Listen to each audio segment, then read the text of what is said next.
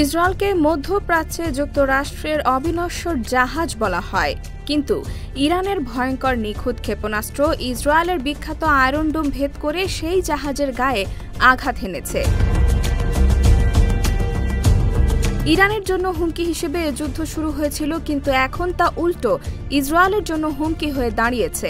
এ অবস্থায় ইসরায়েল পাশে চাইছে যুক্তরাষ্ট্রকে, কিন্তু দেখা যাচ্ছে বিশ্ব রাজনীতিতে ট্রাম্প নিজেই একা হয়ে যাচ্ছে। ইতোমধ্যে কিম জং উন বলেছেন, ইরান একা নয়, উত্তর কোরিয়া তার পাশে আছে। আবার রাশিয়াও যুক্তরাষ্ট্রকে সাবধান করে দিয়েছে এবং সমঝোতা করার উপদেশ দিয়েছে।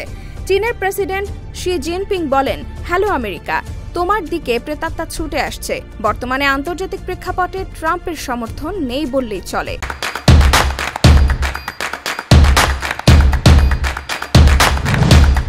এমনকি নিজের দেশের ভেতরেও ট্রাম্পের সমর্থন চোখে পড়ছে না।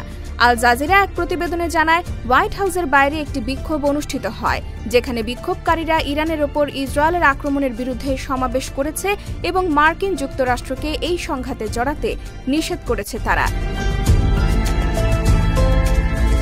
মার্কিন প্রতিরক্ষা বিশ্লেষকরা নেতানিয়াহুকে যুক্তরাষ্ট্রকে তার ব্যক্তিগত যুদ্ধে জড়ানোর জন্য তিরস্কার করেছেন। তারা ট্রাম্পকে সতর্ক করে দিয়েছেন, 2003 সাল থেকে ওয়াশিংটন মধ্যপ্রাচ্যে $12 ট্রিলিয়ন হারিয়েছে, আর বর্তমানে যুক্তরাষ্ট্রের ঋণ $34 ট্রিলিয়ন। সাবেক সেনা কর্মকর্তা কর্নেল ডগলাস ম্যাকগ্রেগর টুইট করেছেন, 7,70,00,000 লোক ট্রাম্পকে ভোট দিয়েছিলেন, কারণ তিনি বিদেশি সংঘর্ষ বন্ধ এবং তৃতীয় বিশ্বযুদ্ধ রোধ করার প্রতিশ্রুতি দিয়েছিলেন। ম্যাকগ্রেগর প্রশ্ন তুলেছেন, এই ভোগান্তি পোহাতে হবে কেন? শুধু কি এই জন্য যে ইসরায়েল আমেরিকাকে জোর করে একটি বড় আঞ্চলিক সংঘর্ষে টেনে আনতে চায়? এই ভোগান্তি সেই আঞ্চলিক যুদ্ধকে পারমাণবিক বিপর্যয় গড়াতে দেওয়ার জন্য পোহাতে হবে? সংযুক্ত আরব আমিরাত, কাতার এবং পারস্য উপসাগরে 40,000 মার্কিন সেনা আছে। ম্যাকগ্রেগর সতর্ক করেছেন, তারা সহজ নিশানা হবে। ইরানের শাহেদ 136 ড্রোনের দাম $20,000 আর আমেরিকার প্যাট্রিয়ট মিসাইলের প্রতিটি ইন্টারসেপ্টরের দাম $40 লাখ। হিসাব করুন, এই যুদ্ধে আমরা আমাদের মিসাইলের মজুদ শেষ করে দেব, আর আমেরিকানরা কফিনে করে বাড়ি ফিরবেন। অনেক সাবেক সামরিক ও গোয়েন্দা কর্মী এই আশঙ্কা প্রকাশ করেছেন।